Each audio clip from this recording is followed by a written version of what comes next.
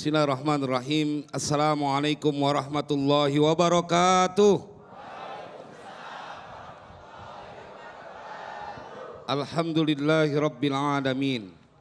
Allahumma salli wa sallim ala sayyidina Muhammad wa ala ali sayyidina Muhammad.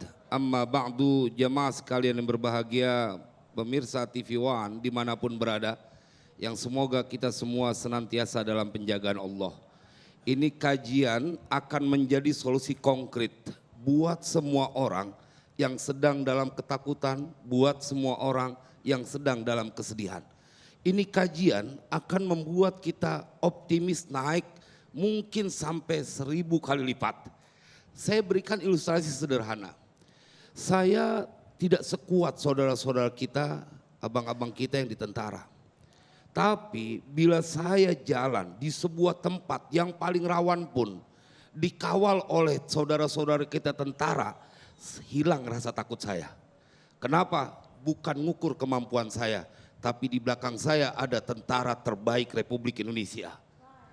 Nggak ada takutnya. Bersandarnya itu baru kepada makhluk. Lalu bagaimana kalau kita bersandar kepada yang menciptakan semua tentara? Tentara terbaik seluruh dunia yang menciptakan adalah Dia yang Maha Kuasa. Lalu adakah masih pantas kau menjadi orang yang ketakutan? Tidakkah cukup ayat yang dibaca oleh qori kita tadi? Iyang surkumullahu fala ghalibalakum wa iyakhzulkum faman dzalladzi yansurukum min ba'di. Jemaah, ini sebuah informasi dari Allah. Jikalau menolong Allah akan kalian, nggak ada yang bisa ngalahin.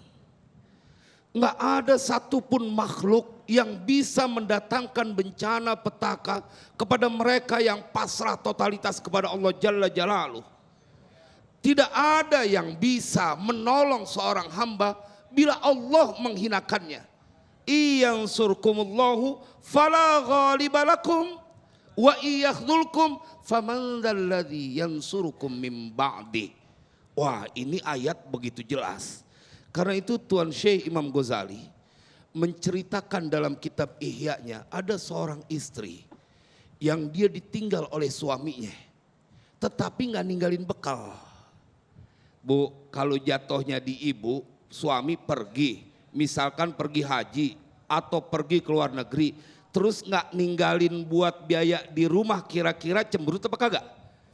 Cemberut. Tapi setelah kajian ini udah nggak pantas lagi cemberut.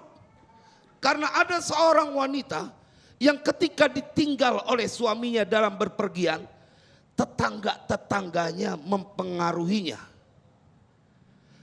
Lima tardoina bisafarihi walam yada' laki sodakotan. Kenapa kau bisa senang dengan kepergian suamimu, padahal suamimu tidak meninggalkan bagimu untuk biaya selama ditinggal oleh suamimu? Apa jawaban wanita yang punya keyakinan bahwa tidak pernah ditinggalkan oleh Tuhannya? Apa jawaban seorang istri solihah yang dia tidak pernah bersandar kepada makhluk, hatta kepada suaminya? Dia berkata, Zauji mundu araftuhu akalan. Suamiku semenjak aku mengenalnya sebagai orang yang tukang makan. Wa ma araftuhu razzaqan. Aku tidak mengenal dia sebagai pemberi rizki. Jamaah, lalu dia bilang bahwa wali rabbun razzaqun, dan aku punya Tuhan yang memberikan rizki. Suamiku boleh pergi karena dia bukan pemberi rizki. Yang memberikan rizki adalah Dia, Allah yang Maha Kaya. Huwar Razzaq, innallaha huwar Razzaq. Begitu kata Al-Quran. Suamimu boleh pergi keluar kota, atau bahkan suamimu boleh meninggal dunia lebih dulu, tetapi Tuhan yang memberikan rizki tak akan membiarkanmu dalam kesulitan. Kira-kira kalau udah ngaji begini saya tanya, Bu, suaminya pergi kagak ninggalin uang belanja, cemberut apa kagak? Setengah-setengah jawabnya. Ada yang kagak, ada yang cemberut. Oh, ini sesuatu yang harus kita sepakati, bahwa suami kita adalah cuma perantara. Bila suami kita disebut sebagai pemberi rizki, bagaimana dengan para wanita yang telah ditinggal mati oleh suaminya? Apakah kemudian dia tidak punya harapan? No. Allah memberikan rizki kepada hambanya. Kita lihat ayatnya.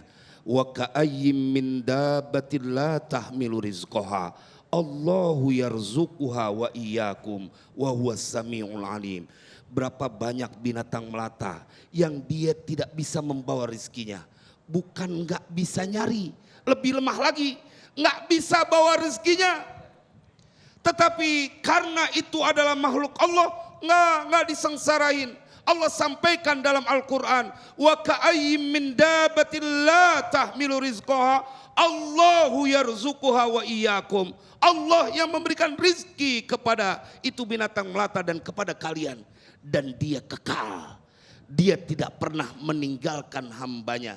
Alam taro annallaha ya'lamu ma fis samawati wa ma fil ard ma yakunu min najwa salasatin illa huwa rabi'uhum wala khamsatin illa huwa sadisuhum wala adna min dzalika wala aktsara illa huwa ma'ahum aina makanu. Jemaah, karena itu saya sebutkan kajian ini adalah kajian yang akan menghilangkan, menghabiskan semua ketakutan kita. Kalau engkau masih diperkenankan ruku dan sujud. Berapa kali kau mengucapkan kalimat Allahu Akbar, mengawali sholat dengan Allahu Akbar.